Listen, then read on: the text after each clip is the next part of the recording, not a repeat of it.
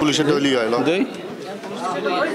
না এলো আগবে মা কই তুই হ্যাঁ পুলিশের ডলি আশা কর তার পরে দিতে হতো আমি গ্রুপের বাবা বাবা তো পা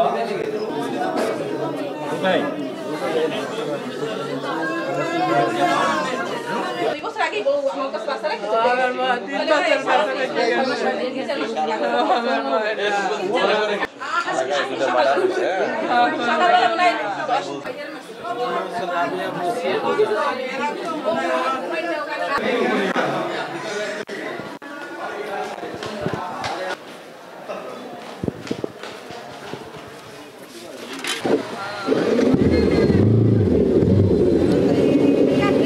মানসিক কোনো অশান্তির কারণে এটা হয়তো তার মেয়েকে প্রথমে হত্যা করে পরে নিজেও আত্মহত্যা করেছে।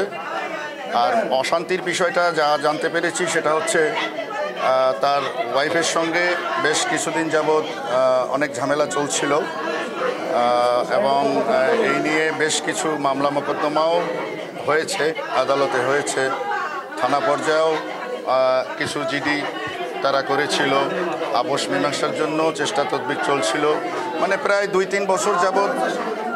সে এই যে তালাক দিয়া টাকা লইয়া কোর্টে বইয়া টাকা নিছে, কোর্টের বড় উকিল আছে, উকিলের মাধ্যমে তালাক তোলাক দিয়া টাকা লইয়া যে গেছে আজও পর্যন্ত নাই, খালি ডেইলি ফোন করে পোলার লাগে। আজকে সকালে মোবাইলে আছে দেখেন, 9টা বাজে ফোন দিছে, 9টা না 8:30টায় ফোন দেওয়ার পরে আত্মহত্যা করছে। যে হয়তো কিছু কইছে আমার পোলারে যে তোর মাইয়া লইয়া যামু, এই আমার পোলায় মাইয়া নিবি, আমার পোলায়ও শেষ, আমার মাইয়ারও শেষ করছে। ভাই আমি কি বলবো ভাইয়া, আমার বলার কোনো ভাষা নাই ভাই, আমার বলার কোনো ভাষা নাই।